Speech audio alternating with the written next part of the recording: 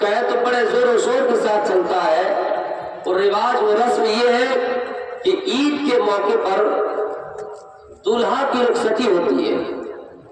شادی کے موقع پہ ہم نے سنا اور دیکھا کہ لڑکی کی رخصتی ہوتی ہے، لیکن عید کے موقع پر لڑکے کی رخصتی ہوتی ہے، دولہا کی رخصتی ہوتی ہے۔ وہ کیا ہے کہ سسرال والے کی طرف سے کوئی آدمی جائے، جب تک اس کے گھر نہ پہنچے وہ آدمی، وہ دولہا سسرال والے کے پاس نہیں آئیں گے، اس کے گھر نہیں آئیں گے۔ آپ کے پاس چائے میں چلے گئے، سسرال میں اس طرح آدمی ہے چلے گئے، لیکن جن گھروں میں آدمی نہیں ہے تو کیا یہ ضروری ہے کہ آپ ان پر ظلم کریں؟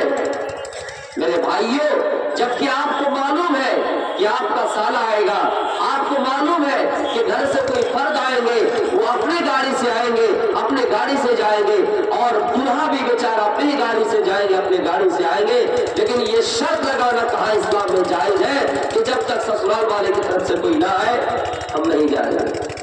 میرے پیارے ساتھیوں، قرآن میں اللہ فرماتا ہے ان المبذرین کانوا اخوان الشیاطین، اے فضول خرچی کرنے والے، اے تبذیر کرنے والے، سنو تم شیطان کے بھائی ہو۔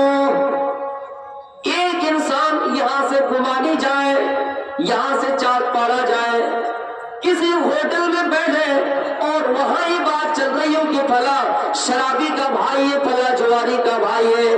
میرے بھائیوں، آپ کو معلوم ہے کہ آپ کا بھائی شراب پیتا ہے، آپ کو معلوم ہے کہ آپ کا بھائی جوا کھیلتا ہے، لیکن کوئی آپ کو تشبیہ دے اور یہ کہے کہ یہ جواری کا بھائی ہے، یہ شرابی کا بھائی ہے، تو آپ کو کیسا لگے گا؟ جب دنیا میں آپ کسی شرابی کا بھائی بننا پسند نہیں کریں گے، ایک جواری کا بھائی بننا پسند نہیں کریں گے، تو میرے بھائیوں فضول خرچی کر کے شیطان کا بھائی کیسے بن گئے؟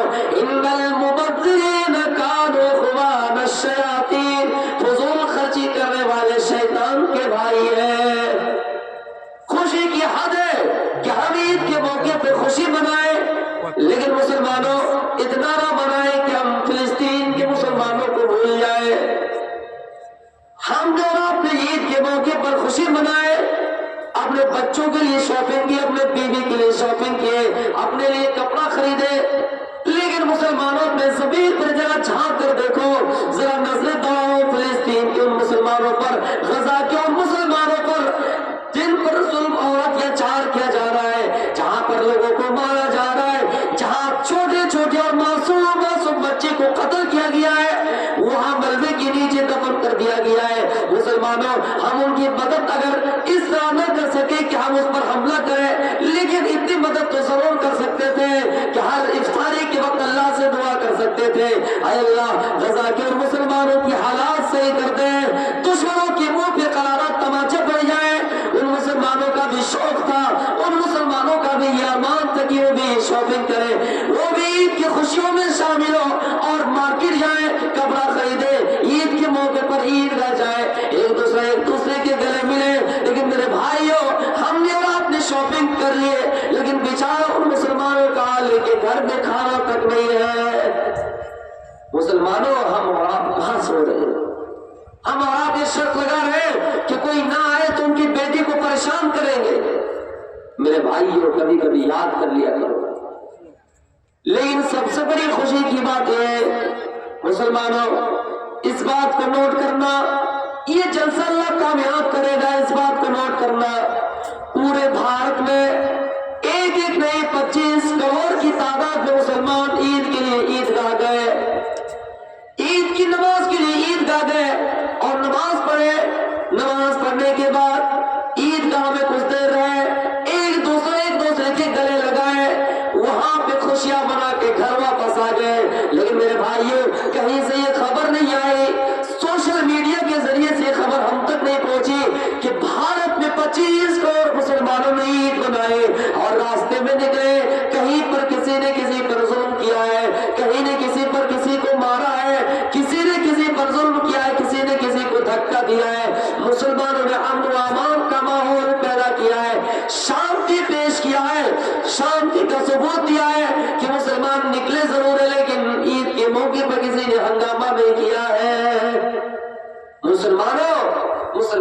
ہونے کی سب سے بڑی دلیل یہی ہے کہ ہم عیدگاہ 25 کروڑ کی تعداد میں نکلے، صبح نکلے، چھوٹے بڑے بوڑھے بچے مرد عورت جوان بوڑھے سب نکلے عیدگاہ اور نماز پڑھ کے خوشیاں منا کے وہاں سے اپنے گھر بھی آ گئے۔ لیکن یوپی سے خبر نہیں آئی کہ فلاں مسلمان نے فلاں شخص کے عبادت خانہ کو توڑ دیا، دلی سے خبر نہیں آئی کہ مسلمانوں نے کسی کے گرودوارا پر چڑھ کر، کسی کے مندر پہ چڑھ کر، کسی کے چرچ پہ چڑھ کے کہیں پر جھنڈا لہرایا اسلام کا۔ مسلمانوں سب سے بڑی شانتی اور مسلمان ہونے کی دلیل یہی ہے کہ مسلمان ہمیشہ امن چاہتا ہے، شانتی کو بحال رکھتا ہے۔ میرے بھائیوں نکلے ضرور ہے، ہم عید کی نماز کے لیے نکلے ضرور ہے، میدان عیدگاہ گئے ہیں نماز ادا کرنے کے لیے، لیکن ہم نے کہیں پر ہنگامہ نہیں کیا ہے۔ کچھ لوگ آپ کو ایسے بھی ملیں گے کہ ان کی عبادت تبھی قبول ہوں گے جب مسلمانوں کو چھیڑا جائے، مدرسہ عزیزیہ کو جلایا جائے، مسجدوں کے چھتوں پہ چڑھ کے گنبدوں پہ چڑھ کے وہاں جھنڈا لہرایا جائے۔ مسلمانوں سب سے بڑی دلیل یہی ہے کہ ہم اور آپ مسلمان ہیں، ہم نے امن و امان کا پیغام دیا۔ اتنی باتیں تھیں عید کے موقع پر، میں نے آپ کو بتا دی۔ اب میں اپنے مقصد کی طرف چلتا ہوں۔ میں نے قرآن کریم کی ایک آیت پڑھی، ربنا آتنا فی الدنیا حسنۃ وفی الآخرۃ حسنۃ وقنا عذاب النار، جس میں اللہ رب العالمین سے ایک بندہ دعا کر رہا ہے، طلب کر رہا ہے کہ اے اللہ تو ہمیں دنیا کی بھلائی عطا فرما اور آخرت کی بھی بھلائی عطا فرما اور جہنم سے بچا لے۔ میرے پیارے ساتھیوں سب سے پہلے دنیا کا لفظ استعمال کیا۔ کچھ لوگ یہ کہتے ہیں کہ اللہ نے انسان کو پیٹ دیا ہے تو نماز پڑھنے کیوں کہا، اور جب نماز پڑھنے کہا تو پیٹ کیوں دیا؟ پیٹ نہیں دیتا صرف ہم مسجد میں رہتے، پیٹ نہیں دیتا ہم روزہ رکھتے، پیٹ نہیں دیتا ہم تہجد پڑھتے، پیٹ نہیں دیتا ہم دنیا میں مال نہیں کماتے۔ اور اب جب عبادت کرنے ہی کہا ہے تو پیٹ کیوں دیا؟ میرے پیارے ساتھیوں اللہ نے روزی کمانے سے نہیں منع نہیں کیا ہے۔ شریعت تو یہ کہتی کہ عبادت ہر وہ چیز ہے جس سے اسلام میں ہمیں جس چیز کو کرنے کا حکم دیا اس میں بھی عبادت ہے، اور جس چیز سے روکا گیا وہ بھی عبادت ہے۔ صرف نماز اور روزہ ہی ہماری عبادت نہیں ہے، عبادت ہمارے لیے وہ ہے جس چیز کو شریعت نے ہمارے اوپر واجب قرار دیا کہ یہ کرو تو ہم اور آپ کر رہے ہیں تو عبادت ہے، جس سے منع کیا گیا رک جائے تو بھی عبادت ہے۔ کہیں پر اللہ نے نہیں کہا کہ تم صرف نماز پڑھتے رہو، قرآن میں اللہ فرماتا ہے فَإِذَا قُضِيَتِ الصَّلَاةُ فَانتَشِرُوا فِي الْأَرْضِ وَابْتَغُوا مِن فَضْلِ اللَّهِ، جب نماز ختم ہو جائے، جب نماز پوری ہو جائے، جب عبادت ختم ہو جائے، ذکر و اذکار سے فارغ ہو جاؤ تو تم عبادت کے لیے، عبادت سے جب فارغ ہو جاؤ تو تم روزی روٹی کے لیے زمین پہ پھیل جاؤ، تم غلہ کے لیے زمین پہ پھیل جاؤ، تجارت کرنے کے لیے مارکیٹ چلے جاؤ۔ جب عبادت پوری ہو جائے، عبادت کمپلیٹ ہو جائے تو تم کھیت میں چلے جاؤ، زمین میں نکل جاؤ، یہاں سے فرقہ چلے جاؤ، مالدہ چلے جاؤ تجارت کرنے کے لیے، دھلیان چلے جاؤ۔ اللہ نے یہ نہیں کہا کہ تم روزی نہ کماؤ، اور یہ بھی نہیں کہا کہ تم گھروں میں بیٹھے رہو اور اللہ پر بھروسہ کر لو، اللہ تمہارے گھروں میں اناج دے دے گا، اللہ تمہارے گھروں میں غلہ دے دے گا، اللہ تمہارے گھروں میں پیسہ دے دے گا۔ نہیں، محنت آپ کو کرنی ہے، اللہ دینے والا ہے، محنت آپ کو کرنی ہے۔ کہیں پر اللہ نے نہیں کہا کہ تم صرف نماز پڑھتے رہو، نماز ختم ہو جائے، عبادت کمپلیٹ ہو جائے، آپ میدان میں نکل جاؤ اللہ کی رزق کو تلاش کرنے کے لیے۔ میرے پیارے ساتھیوں غور کیجئے، دنیا کمانا غلط نہیں ہے، مال چاہنا غلط نہیں ہے، مال انسان کے پاس نہیں ہوگا تو یہ جو چاک پارا گمانی مغل پارا میں جلسہ ہوگا، دولت نہیں ہوگی، مال نہیں ہوگی تو ہم کیسے پنڈال کا انتظام کر پائیں گے؟ یہاں مدرسہ چل رہا ہے، ہم اس کا انتظام کیسے کریں گے؟ اساتذہ کی تنخواہیں کیسے دیں گے؟ ان کی تنخواہ کیسے چکائیں گے؟ میرے بھائی پتہ چلا کہ مال بھی ہمارے ضروری ہے، دین بھی ضروری ہے اور دنیا بھی ضروری ہے۔ اس لیے تو اللہ کہتا ہے ربنا آتنا فی الدنیا حسنۃ وفی الآخرۃ حسنۃ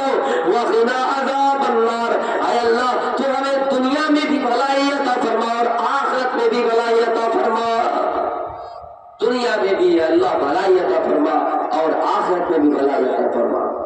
میرے پیارے ساتھیوں، کچھ لوگ یہ کہتے ہیں کہ اللہ نے صرف روزہ رکھنے کا ہے، اللہ نے صرف نماز پڑھنے کا ہے، اللہ نے صرف حج کرنے کا ہے، اللہ نے صرف زکات دینے کا ہے۔ نہیں میرے بھائیوں، اللہ نے روزہ رکھنے کا ہے تو افطار کرنے بھی کہا ہے۔ پوری زندگی ایک انسان کے لیے روزہ فرض نہیں ہے، پوری رات نماز پڑھنا آپ کے لیے ضروری نہیں ہے۔ عبادت کی سیما ہوتی ہے، ہر چیز کی ایک سیما ہے۔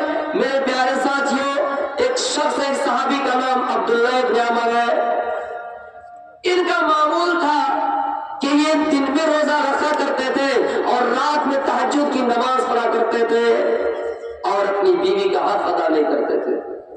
شکایت آئی، خبر آئی اللہ کے نبی کی کانوں میں کہ عبداللہ ابن عمر بن العاص ہے جو اپنی بیوی کا حق ادا نہیں کرتے۔ جب بیوی دن میں اپنے پاس بلاتی ہے تو یہ عبداللہ ابن عمر کہتے ہیں میں روزے سے ہوں۔ جب رات کو ان کی بیوی ان کو اپنے پاس بلاتی ہے تو یہ کہتے ہیں کہ میں نفلی نماز کا اہتمام کروں گا، تہجد کی نماز پڑھوں گا۔ اس واقعے پر غور کریں میرے بھائیوں، ان کا معمول تھا کہ اپنی بیوی کا حق ادا نہیں کرتے تھے، صرف نماز میں اپنی زندگی گزار دیتے تھے، بیوی کا حق ادا نہیں کرتے تھے۔ روزہ، دن میں روزہ، رمضان کے علاوہ نفلی روزہ اور رات میں تہجد کی نماز۔ جب بیوی اپنے پاس بلاتی تو یہ کہتے دن میں کہ میں روزے سے ہوں اور رات کو کہتے کہ میں تہجد کی نماز پڑھوں گا۔ اللہ کے نبی کے کانوں میں خبر آئی، اللہ کے نبی صلی اللہ علیہ وسلم سے ملاقات ہوئی، عبداللہ ابن عمر کی ملاقات ہوئی۔ آپ نے مخاطب ہوتے ہوئے فرمایا یا عبداللہ، اے عبداللہ، الم اخبر انک تصوم الدہر وتقوم اللیل، اے عبداللہ سنا ہو کہ تم اپنی بیوی کا حق ادا نہیں کرتے ہو، سنا ہو کہ دن بھر تم روزہ رکھتے ہو، رات کو تہجد کی نماز پڑھتے ہو، سنا ہو تم اپنی بیوی کا حق ادا نہیں کرتے ہو، یہ خبر کہاں تک صحیح ہے؟ سنا ہو کہ صرف تم روزہ رکھتے ہو، نماز پڑھتے ہو، بیوی بچوں کا حق ادا نہیں کرتے ہو، کیا یہ صحیح ہے؟ جواب آیا ہاں اللہ کے رسول یہ خبر صحیح ہے۔ آپ نے جو جملہ ادا کیا میرے بھائیوں غور سے سنیے، آپ نے جملہ ادا کیا، اے عبداللہ سنو، وَإِنَّ لِرَبِّكَ عَلَيْكَ حَقًّا وَإِنَّ لِزَوْجِكَ عَلَيْكَ حَقًّا وَإِنَّ لِبَدَنِكَ عَلَيْكَ حَقًّا وَإِنَّ لِزَيْفِكَ عَلَيْكَ حَقًّا وَإِنَّ لِعَيْنِكَ عَلَيْكَ حَقًّا۔ اے عبداللہ سنو، جس طرح اللہ کا حق تمہارے اوپر ہے کہ تم روزہ رکھتے ہو، اللہ کا حق تمہارے اوپر ہے کہ تم نماز پڑھتے ہو، اے عبداللہ سنو، اسی طرح تمہارے اوپر تمہاری بیوی کا بھی حق ہے۔ صرف اللہ کا حق تمہارے اوپر نہیں ہے، تمہاری بیوی کا بھی تمہارے اوپر حق ہے، تمہارے جسم کا بھی تمہارے اوپر حق ہے۔ پوری رات عبادت نہیں کر سکتے ہو، پوری رات جلسے میں نہیں بیٹھ سکتے ہو، پوری رات عبادت نہیں کر سکتے ہو، سونا بھی ضروری ہے، سونا بھی ضروری ہے، اپنی آنکھ کا حق ادا کرو کہ سو جاؤ۔ اللہ نے رات کو لباس بنایا، میرے پیارے ساتھیوں، آنکھ کا حق یہ ہے کہ تم سو جاؤ، جسم کا حق یہ کہ تم زندگی بھر روزہ نہ رکھو، بلکہ کبھی روزہ رکھو تو کبھی افطار بھی کرو۔ اور بیوی کا حق یہ ہے کہ بیوی اگر کپڑا مانگے آپ کپڑا لا کر دیجیے، بیوی اگر کھانا مانگے آپ کھانا لا کر دیجیے۔ میرے پیارے ساتھیوں، پھر آپ نے یہ فرمایا وَإِنَّ لِزَيْفِكَ عَلَيْكَ حَقًّا، اے عبداللہ سنو، تمہارے گھر میں مہمان آ گئے، تم نماز پڑھنے کے لیے مسجد گئے ہو، نماز پڑھنے کے لیے مسجد چلے گئے، فرض نماز ہوئی، آپ نفلی نماز کا اہتمام نہ کریں۔ گھر میں مہمان ہے، آپ مہمان کے پاس آئیے، ان کے کھانے پینے کا بندوبست کیجیے، جگاڑ کیجیے، مہمان سے پوچھیے کیا پیشاب ضروری ہے، کیا پاخانہ ضروری ہے، کیا نہانا ضروری ہے۔ مہمان کا حق ہے میرے بھائیوں۔ اللہ کے رسول صلی اللہ علیہ وسلم فرماتے ہیں کہ صرف نماز پڑھ لینا کافی نہیں ہے، صرف روزہ رکھ لینا کافی نہیں ہے، بلکہ اپنے جسم کا بھی حق ادا کرنا ہے، بیوی کا کرنا ہے، بچوں کا کرنا ہے۔ تو میرے پیارے ساتھیوں، ہر وہ چیز اپنے جگہ پہ ہے، ہم کسی چیز کو کسی سے کمپیئر نہیں کر سکتے کہ صرف نماز ہی پڑھتے رہو، روزہ ہی رکھتے رہو۔ اسی طرح کا اور ایک واقعہ ہے، سلمان فارسی کا نام آپ نے سنا ہوگا، یہ اپنے دوست ابو دردہ کے گھر میں ملاقات کرنے کے گھر سے آئے، دیکھا کہ ابو دردہ گھر میں نہیں ہے، ان کی بیوی سے ملاقات ہوئی، فراء امت دردہ، ان کی بیوی کو دیکھا، حدیث کے الفاظ متبذلۃ، اس کے سر کے بال بکھرے ہوئے تھے، کبھی سر میں تیل نہیں لگایا تھا، کبھی کنگھی وغیرہ نہیں کیے تھے۔ میرے بھائیوں، جب سلمان فارسی نے دیکھا اس طرح حالت ہے تو انہوں نے سوال پوچھا، ما شانکی، اے میرے دوست کی بیوی، اے بھابھی کیا بات ہے، تم زینت اختیار نہیں کیے ہو، تم میک اپ نہیں کیے ہو، تم اپنے شوہر کے لیے سج دھج کر نہیں ہو، کیا بات ہے، سروں میں تیل نہیں ہے، بالوں میں کنگھی نہیں ہے، تمہاری ایسی حالت کیوں ہے، تمہاری ایسی حالت کیوں ہے؟ ہماری بہنیں اگر اس جلسے میں آئی ہیں تو وہ بھی اس واقعے کو غور سے سنیں گے۔ تو اس نے جواب دیا، اس بیوی نے جواب دیا، اے میرے دوست کیا بتائے، تمہارے دوست کو مجھ سے کوئی مطلب ہی نہیں، فلیس لہ حاجہ، تمہارے دوست کو مجھ سے کوئی مطلب ہی نہیں، جب میں دن میں اپنے پاس بلاتی ہوں تو وہ کہتا ہے کہ میں نفلی روزے سے ہوں، جب رات کو اپنے پاس بلاتی ہوں تو وہ یہ کہتا ہے کہ میں نفلی نماز کا اہتمام کروں گا، تہجد کی نماز پڑھوں گا۔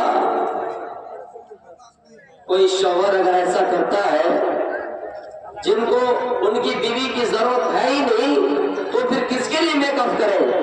میری بہنیں اگر آئی ہے تو آپ سنیں، اگر آپ کے شوہر کو آپ سے مطلب نہیں ہے تو آپ بھی ایسے بن جائیے۔ حدیث کے الفاظ متبذلۃ، اس کے سر کے بال بکھرے ہوئے تھے۔ سلمان فارسی نے جب یہ سنا کہ ان کے شوہر کو ان سے مطلب نہیں ہے تو ان کے گھر میں کچھ دیر کے لیے رک گئے، اتنے میں ابو دردہ گھر میں آئے، فصنع لہ طعاما، کھانا پیش ہوا، دونوں نے مل کر کھانا کھائے، کھانا کھانے کے بعد سلمان فارسی یہ دیکھنے کے لیے بیٹھ گئے کہ یہ اپنی بیوی سے ملاقات کرتا ہے یا نہیں، یا پھر نماز پڑھنے کے لیے رات ہی میں چلے جاتے ہیں۔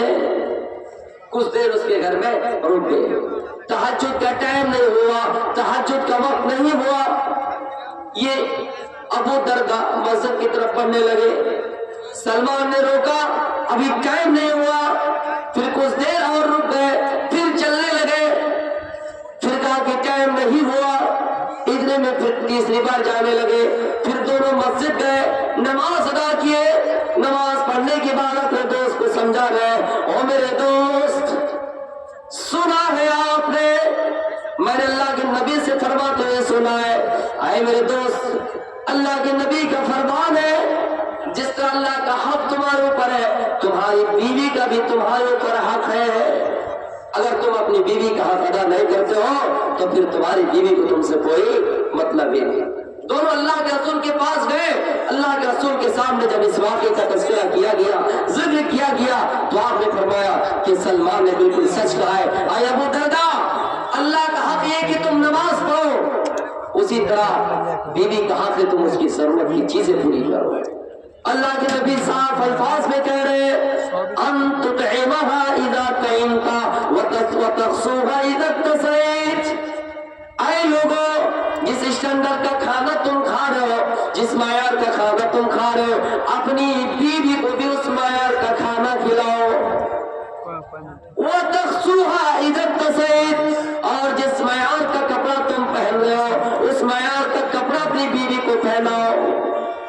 لیکن میرے بھائیوں کچھ لوگ ہوتے ایسے کہ جو اپنے آپ کو یہ کہتے ہیں میں گھر کا مالک ہوں، اور اپنی بیوی کو گھر کی وہ باندھی سمجھتے ہیں، گھر کی نوکرانی سمجھتے ہیں۔ واللہ کہہ رہا ہوں آپ ان کے ذمہ دار ہیں، اپنی جگہ پہ ہیں، لیکن آپ سے زیادہ ان کا حق ہے آپ کے گھر میں رہے، ان کو آپ باندھی نہ سمجھے، ان کو آپ نوکرانی نہ سمجھے۔ میرے بھائیوں شادی ہو گئی، وہ آپ کے پریوار ہے، میں نے دیکھا کتنے ایسے نوجوانوں کو کہ ساس سے تکلیف ہے، سسر سے تکلیف ہے، اپنی بیوی کو مارنا شروع کر دیا، اپنے پریوار کو ستانا شروع کر دیا۔ میرے بھائیوں ساس سے دشمنی ہے، سسر سے دشمنی ہے، سالہ سے دشمنی ہے، لیکن واللہ کہہ رہا ہوں جو آپ کے گھر میں نئی نویلی دلہن بن کے آئی ہے، جو اپنے ماں باپ کی زندگی کو قربان کر کے آپ کے گھر آ گئی ہے، آپ جس دن آپ کے نکاح میں آ گئے آپ یہ سمجھے کہ وہ آپ کا پریوار ہے۔ لیکن میرے بھائیوں شکایت اس طرف سے بھی آئی ہے کہ کچھ عورتیں مردوں پر حکومت کرتی ہے. شکایت آئی ہے کہ کچھ عورتیں زبان چلاتی ہے.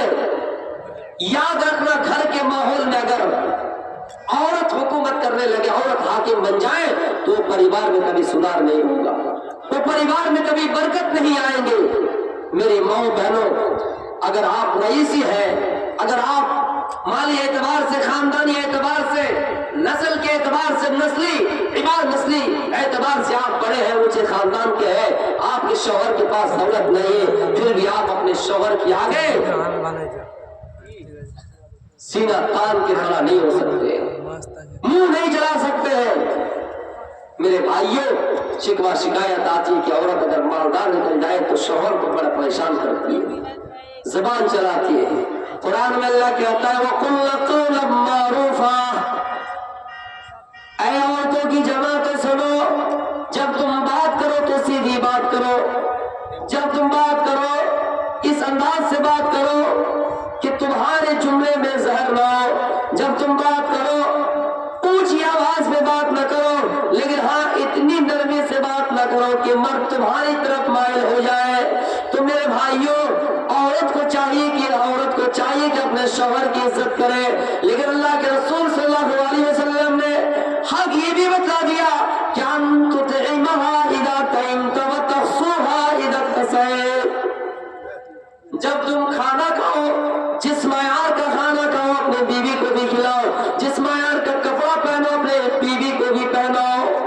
میرے بھائیوں پتہ چلا عورت کا حق اپنے شوہر پر ہے, شوہر پر یہ ہے کہ مرد اس کو تمام چیزوں کے انتظام کر کے دے, گھر میں تمام سامان لا کر دے. جب شادی ہو گئی آپ کے سروں میں ذمہ داری آ گئے, آپ کپڑا لا کر دے, آپ کھانا لا کر دے. بیوی اگر چاہے تو گھر میں کھانا بنائیں گے اور آپ کو کھلائیں گے, ورنہ کوئی زبردستی نہیں ہے, کوئی زبردستی نہیں ہے. تو میرے بھائیوں عبادت اپنی اپنی جگہ پہ ہے. نماز پڑھ لیے ہم پڑوسی کو ستا رہے ہیں, نماز پڑھ لیے ہم ملک میں لوگوں کو پریشان کر رہے ہیں, نماز پڑھ لیے ہم غلط کام کر رہے ہیں, یہ سمجھ رہے ہم یہ کام کر رہے ہیں نا, نماز پڑھ کے ہم اللہ پر احسان نہیں کر رہے, روزہ رکھ کے ہم اللہ پر احسان نہیں کر رہے. اللہ چاہے تو اپنے بندوں سے کیسا بھی معاملہ کر سکتا ہے, رحم کا معاملہ کیسا بھی کر سکتا ہے, لیکن میرے بھائیوں یہ کہنا کہ ہم یہ کر رہے ہیں تو باقی چیز نہیں کریں گے, حتی الامکان آپ کی کوشش ہونی چاہیے کہ ہم اور آپ برائی سے روکے رہے.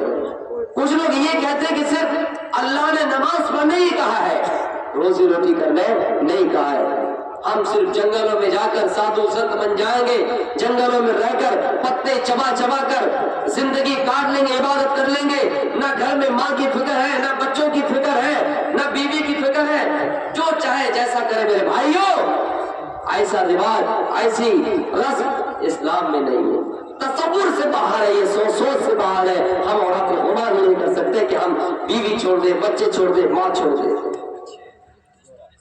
اسلام نے یہ بھی کہا ہے قُوا أَنفُسَكُمْ وَأَهْلِيكُمْ نَارًا, اپنے آپ کو بھی جہنم کی آگ سے بچاؤ اور اپنے کنبے قبیلوں کو بھی جہنم کی آگ سے بچاؤ.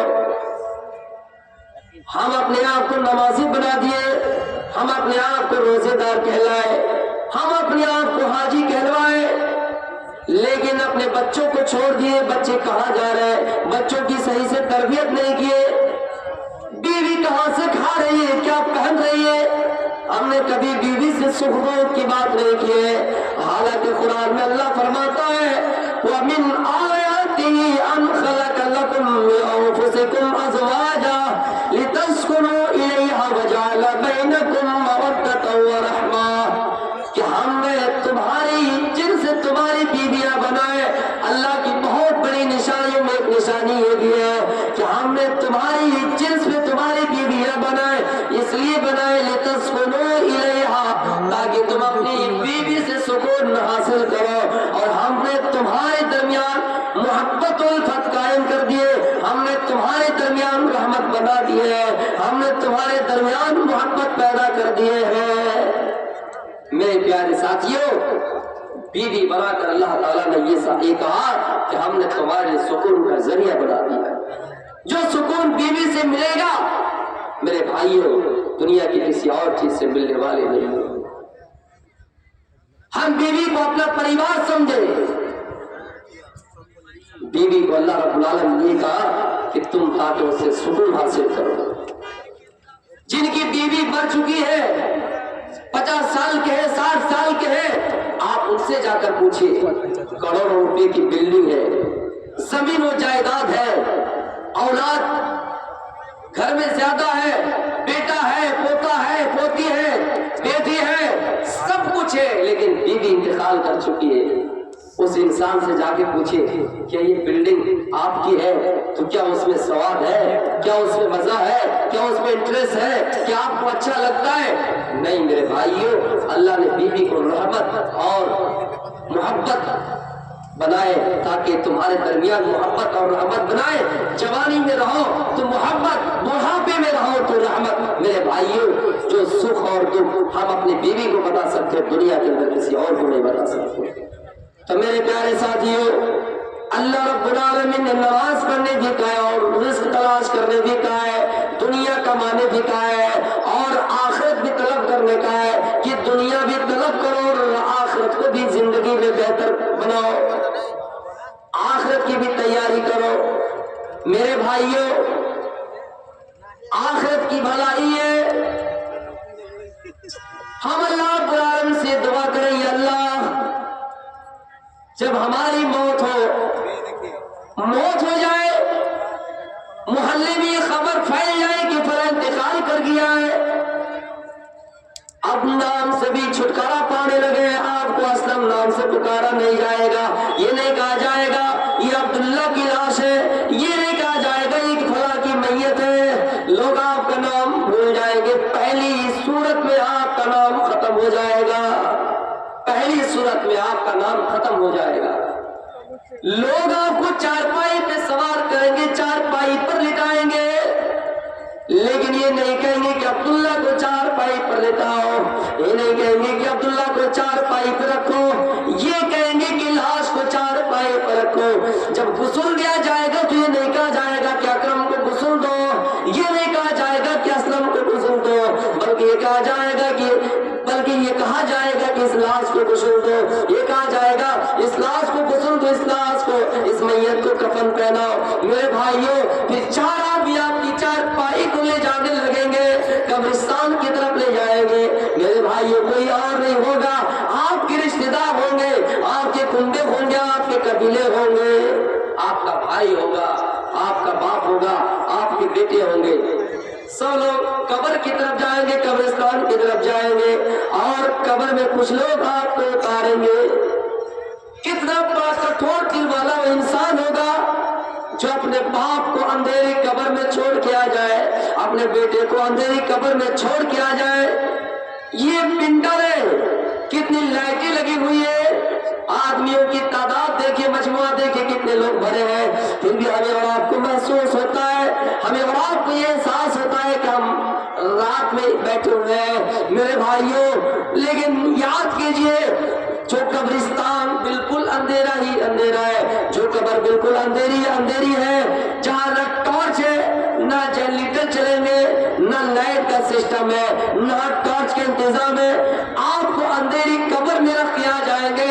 میرے بھائیوں دنیا کی بھلائی یہ ہے کہ دنیا میں مال مانگے اور آخرت کی بھلائی ہے اللہ جب سارے لوگ چھوڑ کے آ جائے منکر نکیر آئے اور مجھے اٹھائے اور حساب و کتاب میں پہلا سوال کرے من رب کا تمہارا رب کون ہے. اے اللہ جب پہلا سوال کرے کہ تمہارا رب کون ہے تو ہم اللہ سے کہہ سکے یا اللہ رب بھی اللہ میرا رب اللہ ہے. آخرت کی بھلائی یہ ہے جب سارے دروازے بند ہو جائیں گے ہمیں سہارا نہیں ملے گا. ہم بڑے سے بڑے ایگزام میں بیٹھ گئے امتحان میں بیٹھے ہم نے لوگوں کی چیبی گوئیاں سنی ہمارا کنفیوژن دور ہو گیا کہ نہیں یہی سوال ہے اور اس سوال کا جواب یہی ہوگا. لیکن میرے بھائیوں وہاں کوئی سہارا دینے والا نہیں ہوگا وہاں کوئی لقمہ دینے والا نہیں ہوگا. آپ اس سوال کا جواب یاد کر لیجئے تیاری کر لیجئے اور صرف سوال کا جواب رکھ لینے سے آپ قبرستان میں جواب نہیں دے پائیں گے. آپ اپنا اعمال صحیح کر لیجئے, آپ اپنا محاسبہ کر لیجئے کہ ہم اپنی زندگی میں کہاں کامیاب ہیں اور کیا قبر میں ہم اس سوال کا جواب دے پائیں گے. دوسرا سوال ہوگا ما دینوں کا, تمہارا دین کیا ہے. ہم اپنی زندگی میں, بچی ہوئی زندگی میں اللہ سے دعا کریں اللہ ہم دوسرے سوال کا بھی جواب دے پائے.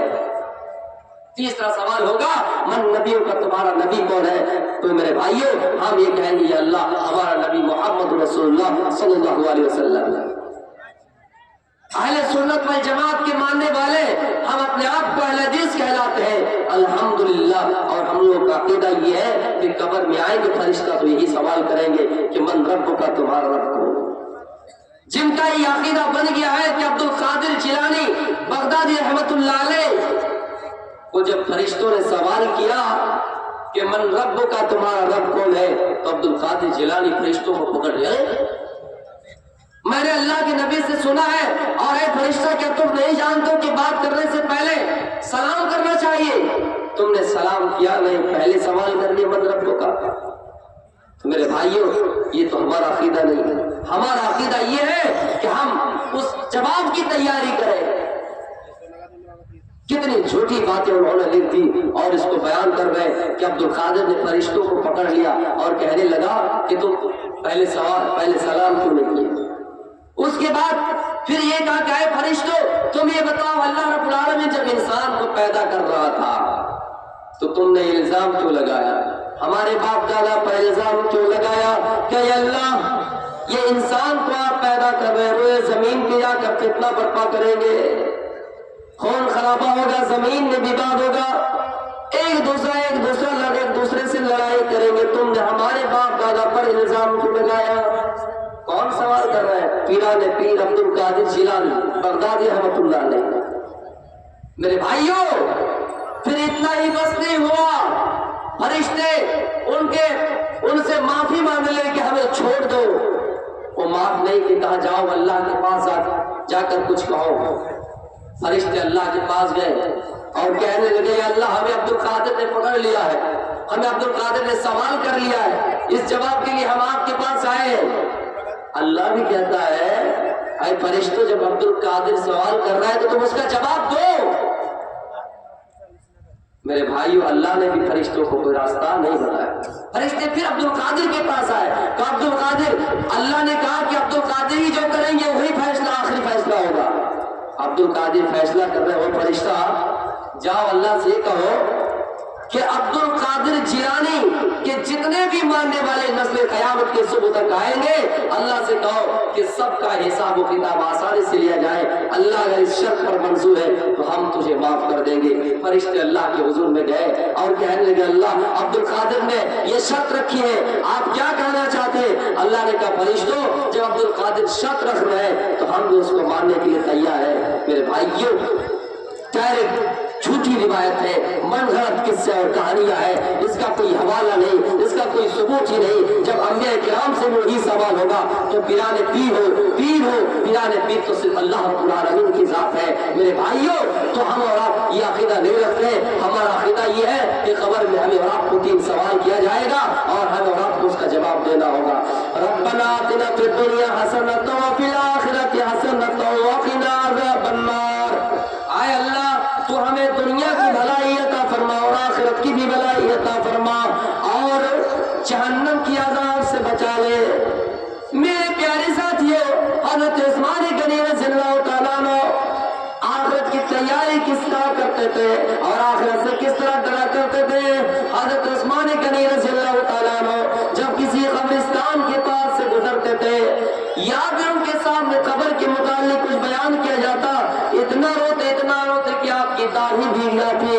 لوگوں نے پوچھا عثمان کیا بات ہے, تذکر الجنت والنار, آپ کے سامنے جنت کا ذکر کیا جاتا ہے, آپ کے سامنے جہنم کا ذکر کیا جاتا ہے تو آپ اتنا نہیں روتے, لیکن عذاب قبر کو سنتے تو آپ اتنا روتے. حضرت عثمان غنی کا جواب تھا لوگوں, حضرت عثمان غنی کہتے لوگوں اللہ کے نبی صلی اللہ علیہ وسلم کو فرماتے ہوئے سنا ہے, آپ یہ کہہ رہے تھے ان القبر اول منزل من منازل الاخرہ. اے لوگوں کوئی آسانی سے پیر آسانی سے تیر لیا، آسانی سے پار کر لیا تو آگے کی منزلوں کے لیے آسان ہو جائیں گے۔ اور عثمان غنی یہ کہتے ہیں کہ میں نے اللہ کے رسول سے یہ بھی سنا ہے کہ میں نے آج تک اتنا بھیانک منظر، اتنا خوفناک منظر، اتنا ڈراؤنا منظر ہم نے نہیں دیکھا جتنا منظر ہم نے قبر کا دیکھا۔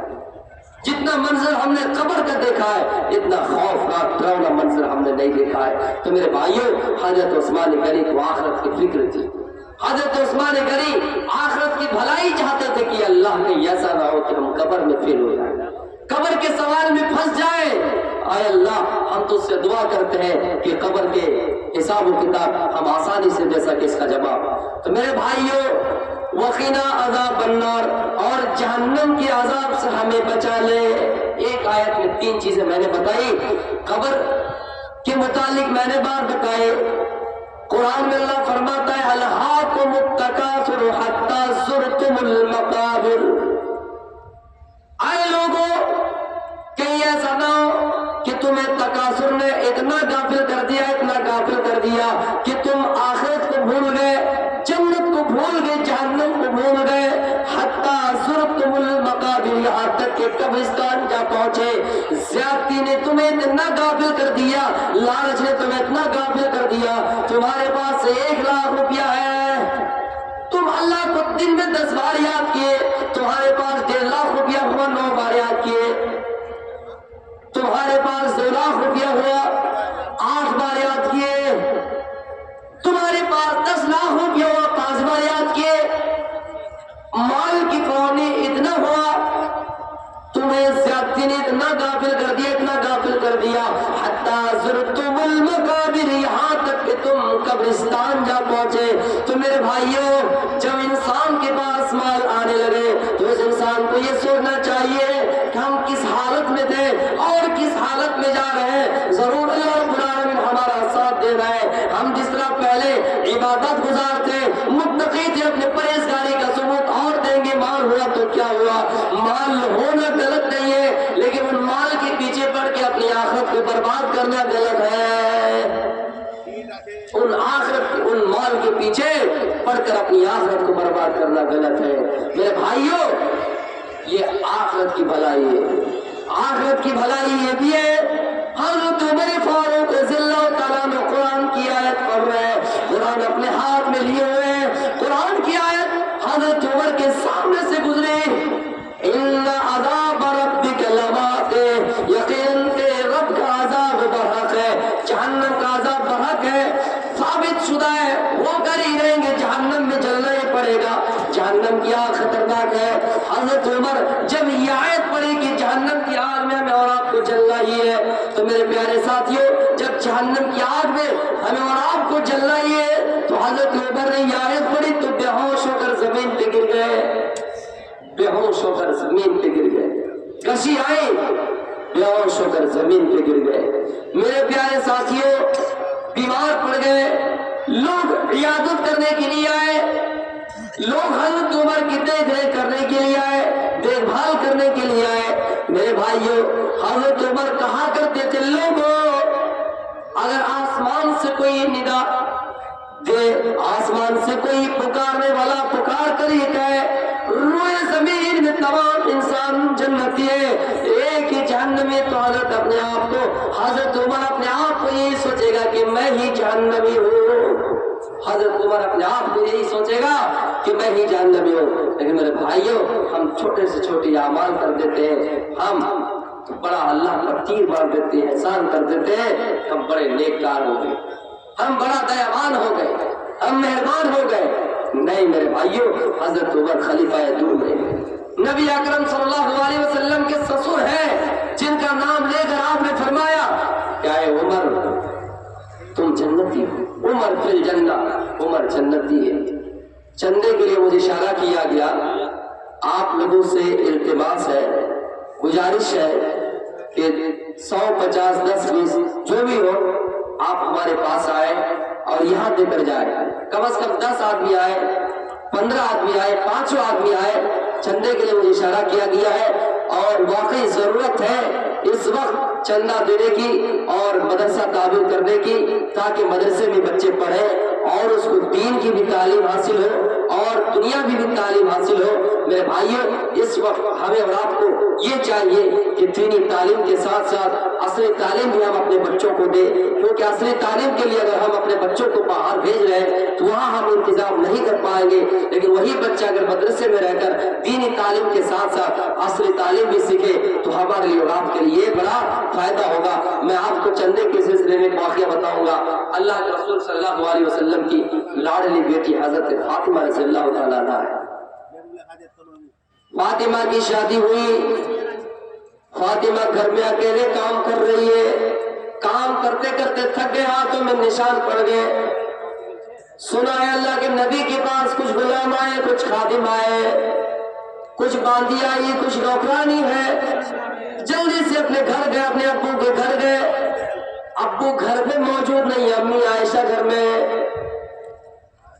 امی عائشہ سے کہتی ہے، او امی عائشہ سنا ہو نبی اکرم کے پاس کچھ غلام آئے ہیں، کچھ غلام مجھے دے دے، کچھ نوکرانی مجھے دے دے، کچھ خادمہ مجھے دے دے، کچھ لونڈی مجھے دے دے۔ اس لیے دے دے کیونکہ میں گھر میں اکیلی کام کر رہی ہوں، کام کرتے کرتے میں تھک جاتی ہوں، ہاتھوں میں نشان پڑ جاتے ہیں، ہاتھوں میں نشان پڑ جاتے ہیں۔ جب ابو آئیں گے تو کہنا کہ کچھ غلام ہمیں دے دیں گے۔ یہ کہہ کر فاطمہ اپنے گھر آ گئے۔ اللہ کے نبی اتنے میں گھر آئے، امی عائشہ نے بتایا، آئے میرے شوہر، آئے میرے سرتاج، ابھی ابھی آپ کی بیٹی آپ کے گھر آئی اور آپ سے غلام مانگا ہے، آپ سے نوکرانی مانگی ہے۔ فاطمہ کے لیے کام کرتے کرتے تھک گئی، ہاتھوں میں نشان پڑ گئے ہیں، آپ سے یہ کہہ کر گئے کہ آپ سے کچھ غلام چاہیے۔ میرے بھائیوں، اللہ کے نبی جلدی جلدی فاطمہ کے گھر گئے، دیکھا کہ علی بھی موجود ہے، حضرت فاطمہ رضی اللہ تعالیٰ عنہا بھی موجود ہے۔ دونوں نے بیچ میں راستہ دینا چاہا، اللہ کے نبی نے اشارہ کیا کہ بیٹھے رہو، آپ بغل میں بیٹھ گئے۔ میرے بھائیوں، اس کے بعد آپ نے فرمایا، اے فاطمہ اور اے میرے داماد سنو، میرے پاس غلام ہے، میرے پاس خادم ہے، میرے پاس نوکر ہے، لیکن اے میری بیٹی، اے میرے داماد، میں آپ کو اس وقت غلام نہیں دے سکتا، میں آپ کو اس وقت نوکر نہیں دے سکتا۔ اس لیے نہیں دے سکتا کیونکہ مدرسے میں جو میرے بچے پڑھ رہے ہیں، اصحاب صفہ کے نام سے جو لوگ پڑھ رہے ہیں، ان بچوں پر خرچ کیا جائے گا، ان غلاموں کو بیچ کر ان بچوں پر خرچ کیا جائے گا، ان مدرسے کی تعمیر و ترقی پر خرچ کیا جائے گا، ان بچوں پر خرچ کیا جائے گا، ان کی اساتذہ کی تنخواہیں دی جائے گی۔ میرے بھائیوں، اللہ کے نبی صلی اللہ علیہ وسلم نے مدرسہ دیکھا، اساتذہ کی تنخواہیں دیکھی، بچوں کی تربیت دیکھی، بچوں کی پرورش، بچوں کی تعلیم کیسے ہو، آپ نے یہ دیکھی۔ آپ نے یہ نہیں کہا کہ میری بیٹی مجھ سے یہ آرزو کیے ہیں، مجھ سے یہ امید کیے ہیں تو میں اپنی بیٹی کو غلام دے دوں گا، میں اپنی بیٹی کو نوکرانی دے دوں گا۔ میرے بھائیوں، اپنے آپ کو ترجیح نہیں دیا، اپنا پیٹ نہیں دیکھا، بلکہ یہ دیکھا کہ جو مدرسہ چل رہا ہے یہاں کسی طرح چل جائے۔ میرے بھائیوں، کون کیا کر رہا نہیں کر رہا اس سے ہمیں اور آپ کو مطلب نہیں ہے، مدرسہ چل رہا ہے اور ضروری نہیں ہے کہ مدرسے پہ جا کے ہم سب مل کے سیاست کریں۔ مدرسہ دینی ادارہ ہے، دینی ادارہ رہنے دیجیے۔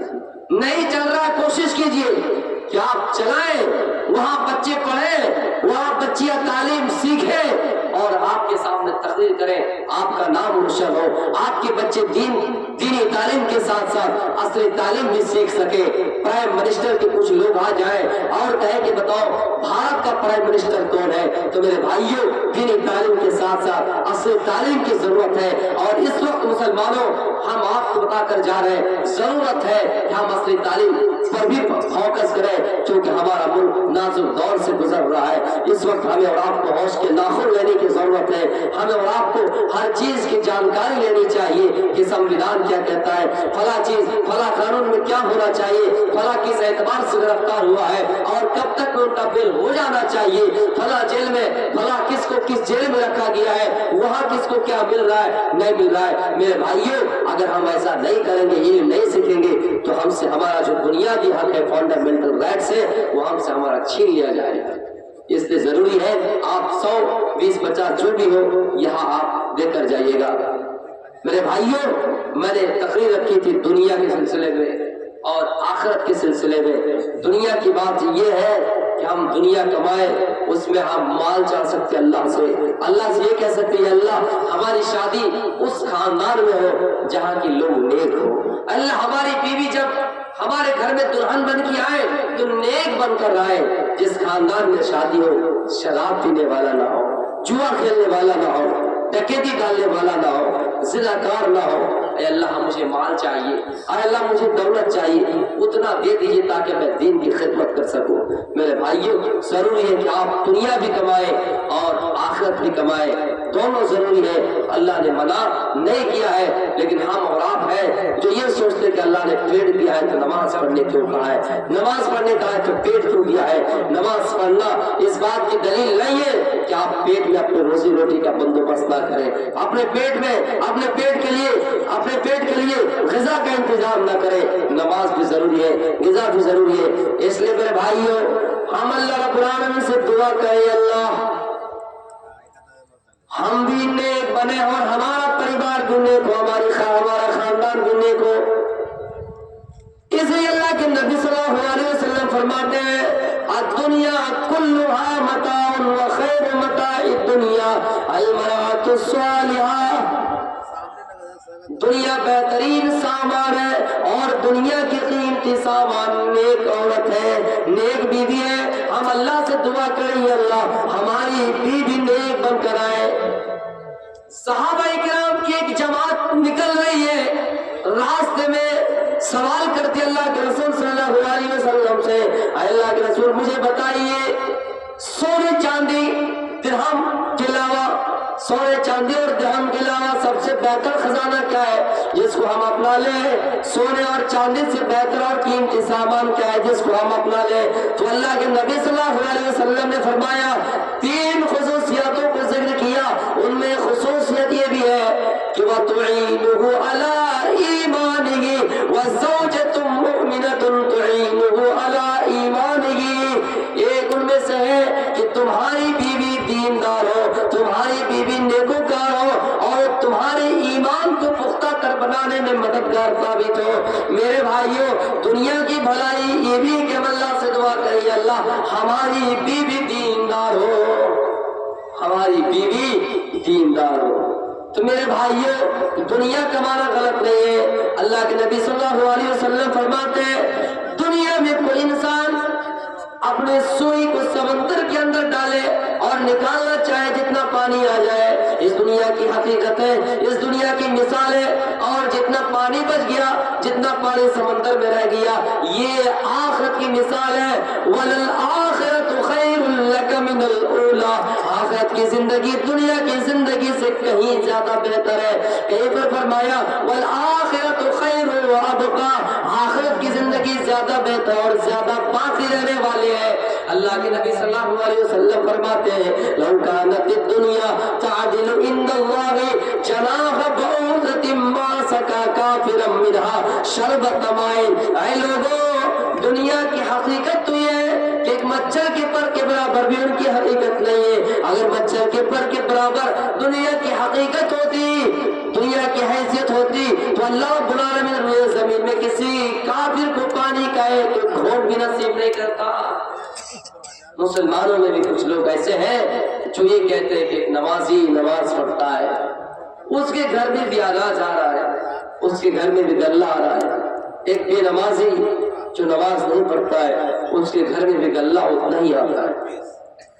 ایسی سوچ اگر ہے تو میرے بھائیوں آپ یقین جانیے کہ آپ کا ایمان کمزور ہے.